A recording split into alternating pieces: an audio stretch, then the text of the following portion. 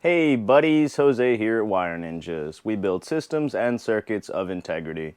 We're also Dream Media's preferred partner in the tri-state area. That means two things. Number one, we make awesome YouTube videos for you guys. And number two, if you need install in this area, they're going to refer you to us. Now, if you need anything, you can DM me on Instagram at Wire Ninjas anytime you'd like.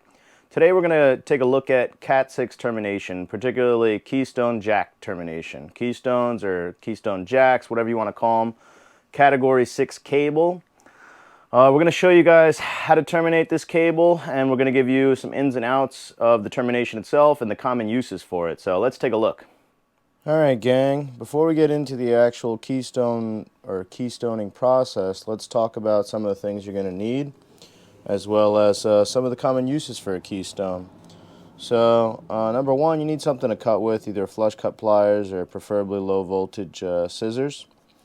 You're also going to need a punch down tool. Now often I tell you guys you don't really need to spend a lot of money on certain tools or things to do install, but in particular when it comes to keystoning, you really want to get a really nice punch down tool or impact tool.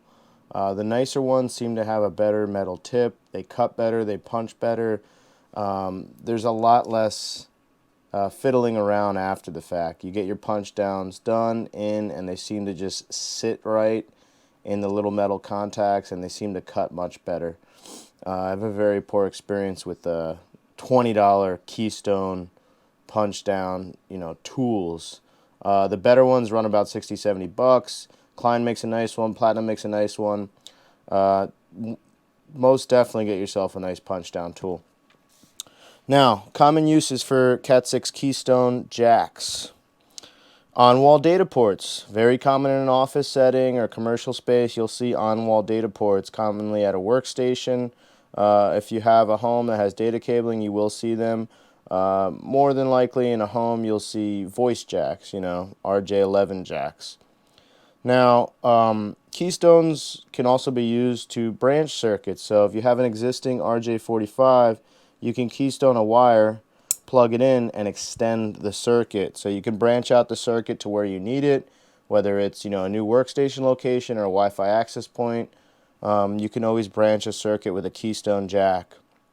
Another thing you can use it for is keystone jack patch panels, which are really nice panels. They're wonderful because they're very versatile. You can keystone not only Cat but HDMI, RCA, as well as simple audio cables, speaker terminals. Really cool stuff, really nice, neat, clean stuff. If you have an audio, video, and data rack, a keystone jack panel is kind of the way to go. Now, let's take a look at what it's going to take to get this thing done. So let's go over the steps involved for a keystone jack termination, and then we'll actually perform it for you guys so you can take a look. So step one would be to strip the jacket. Step two would be to prep the wire. Step three would be to punch it down.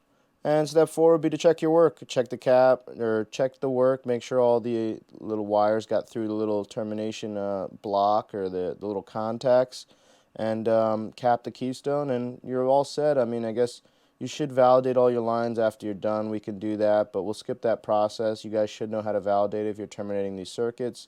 I'll do a separate video on that as well. Today we'll stick to actually keystoning the cable. So let's get into it. First we're going to strip the jacket. I recommend about 1.5 inches on the stripping.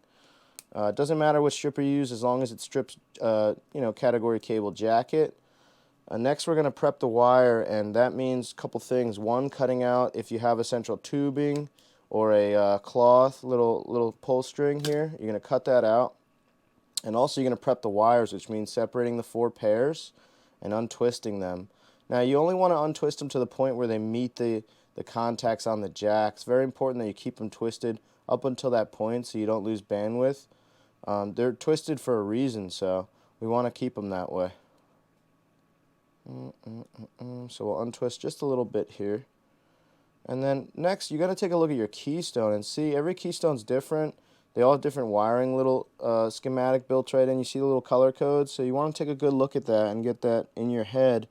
And what I like to do is line up what wires are going where before they even go in there. So it looks like orange and blue go on one side, and then brown goes above green on the other side. So let's get those in place. And then you can get your wires prepped. I like to put the little wire jacket right up to the keystone. And very important here that you allow some slack on the inside of the keystone itself, so that the wire doesn't pull itself out when you're punching it down. I like to push down with my thumb right in the middle. Let's get a good look at that. And then you can kill the slack, but we have a little extra slack here.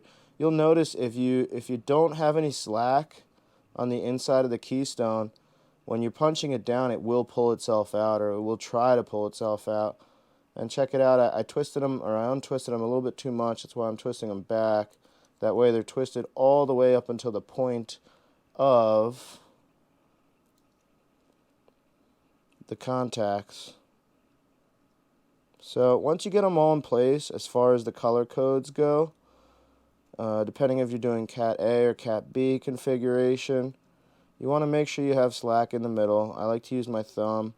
It's kind of tight, some of these keystones, but that looks about good. For this particular keystone with B configuration, this is exactly how you wire it. So now we're ready to punch down. And if you're just starting out, you can always, do one at a time or one set at a time, let's say. Make sure you have the punch down tool on the right side. It's got a little blade on one side that snips the wire. That's how you know that should be on the outside. Now, when you're punching down, you have to have a good solid surface. It's very important that you have a good solid surface.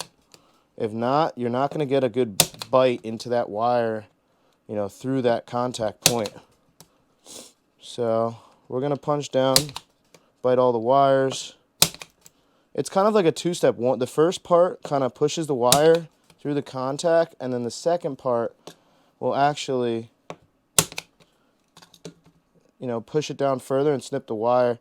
Sometimes the wires don't snip immediately. What you can do is punch them down a second time, or you can use some flush cut pliers. Just give you guys an example. So you can use the flush cutters and cut it nice and flush, or you can take your punch down tool, hit it a second time, and it'll clip it right off for you. Real nice. Figured I'd give you two little examples of that. These flush cuts have had it. I think they're kind of, someone used them for something they shouldn't have, it seems like. All right. There you go. And then the last thing would be to check your work. Make sure that all the little wires sat down all the way. Make sure everything got a contact. But when you do validate this thing, it will tell you. If something's missing, it will tell you. And I know it takes more skill and time, but make sure you keep the wires twisted up until the point they meet the contact in the keystone. I like a visual check over, making sure you stuck to the schematic as well as all the wires pinned down. And that's about it. That's how you perform a keystone jack install. So now we can go ahead and validate this line and know that the keystone has integrity. All right, buddies, so that's how you perform a keystone jack termination for Cat 6. I showed you with the punch down tool. Now, some of these are toolless keystone jacks. I guess we'll give you an example of that. There's some nicer, more advanced keystones for Cat 6A. There's shielded keystones, a whole bunch of different stuff. I'll try to cover anything and everything. I'm going to try to do a video for each one of these things. And that's about it. I'm trying to keep these short so I can keep your attention, but also keep you informed, provide, my little take on this thing. But I appreciate you guys watching, and thank you. We'll see you next time. Oh my gosh, is that the Dream Media van in my neighborhood? Whoa!